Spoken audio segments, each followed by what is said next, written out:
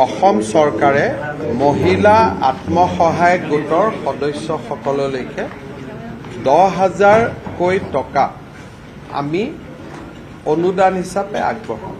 ইয়াৰ ইতিমধ্যে ইলেকশ্যনৰ আগত সবে প্ৰপত্ৰ পূৰণ কৰিছিলে আৰু ইয়াৰ এতিয়া অনুসন্ধান চলি আছে। যদিহে আপোনালোক আত্মসহায়ক গোটৰ মহিলা হয় এই ভিডিঅ'টি যথেষ্ট গুৰুত্বপূৰ্ণ হ'ব। মুখ্যমন্ত্ৰী মহোদয়ৰ সম্পূৰ্ণ ভিডিঅ' ক্লিপো আগবঢ়াই দিম মই আপোনালোকক, তাৰ বাবে আপোনালোকে ভিডিঅ'টি শেষলৈকে চাব লাগিব।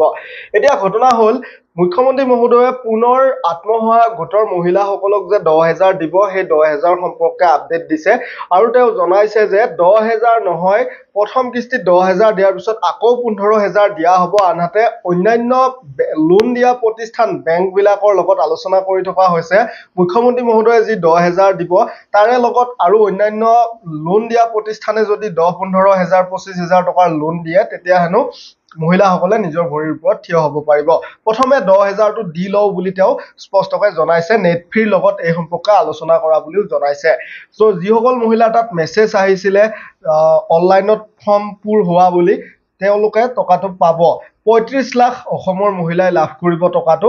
সবিশেষ আপোনালোকে মুখ্যমন্ত্ৰী মহোদয়ৰ মুখতে ভিডিঅ' ক্লিপটিত শুনি লওক। তাৰ আগতে এটা কথা ক'ব বিচাৰো, আপোনালোকে যদি এডিআৰই এক্সাম দিব বা আপোনালোকৰ ল'ৰা ছোৱালীয়ে দিব তেতিয়াহ'লে আমাৰ তাত ছ'চিয়েল ষ্টাডি সম্ভাৱনীয় 900+ ইণ্ডিয়ান জিকে, আসাম জিকে, কাৰেণ্ট এফেয়াৰ্ছ, বিজ্ঞান এণ্ড ৰিজনিং, এনেকুৱা কমন ইংলিছ গ্ৰামাৰ এনেকুৱা PDF 6খন আছে। যিকেইখন PDFৰ পৰা 2022ৰ এক্সামত যথেষ্ট কমন আহিছিলে, এইবাৰো আহিব।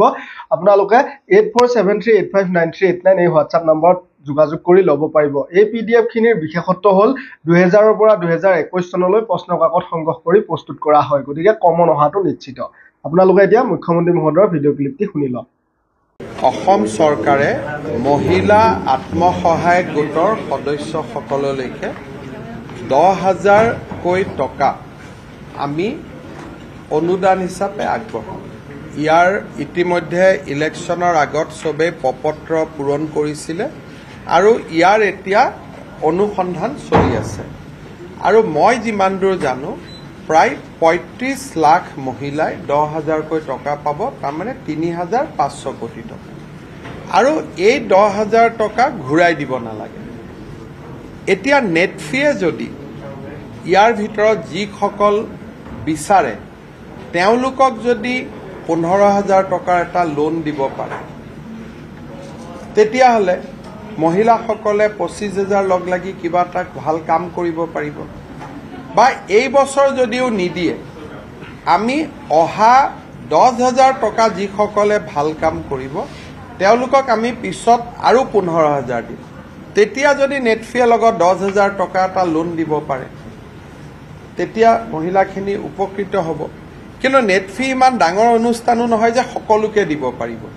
গতিকে আমি গোটেইকেইটা নেটফ্ৰী আৰু বেলেগ বেংকসমূহৰ লগতো কথা পাতি আছোঁ যে চৰকাৰৰ টকাখিনিতো সুদো দিব নালাগে, ঘূৰাই দিব নালাগে, অনুদান হ'ব।